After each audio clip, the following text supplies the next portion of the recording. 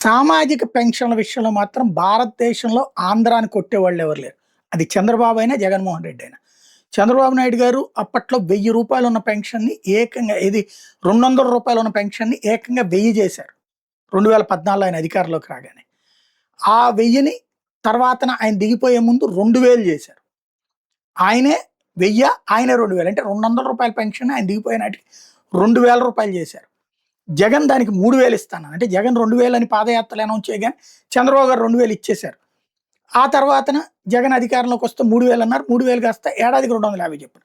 అప్పుడు జగన్ టైంలోనూ అదే హైయెస్ట్ దేశంలో. 2250 హైయెస్ట్, 2500 హైయెస్ట్, 2750 హైయెస్ట్, 3000 హైయెస్ట్. 4000 ఇస్తానని చంద్రబాబు గారు చెప్పారు. అది ఇస్తున్నారు ఇప్పుడు. ఇది దేశంలోనే హైయెస్ట్. దాంతోపాటు వికలాంగుల పెన్షన్‌లో 15,000 దాకా ఇస్తుంటాం. 6,000 ఒకళ్ళకి వీళ్ళకి.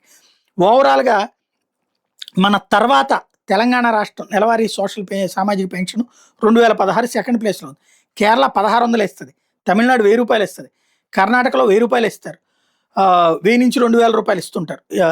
ఈ వీటికి వాటికి వికలాంగులు కలిపి. ఓవరాల్‌గా గోవా అయితే రూ. 2000 ఇస్తుంది.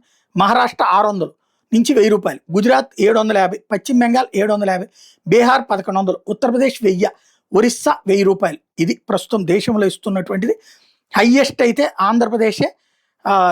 4000 నుంచి 15,000 దాకా. ఇది కీలకమైనటువంటి అంశం.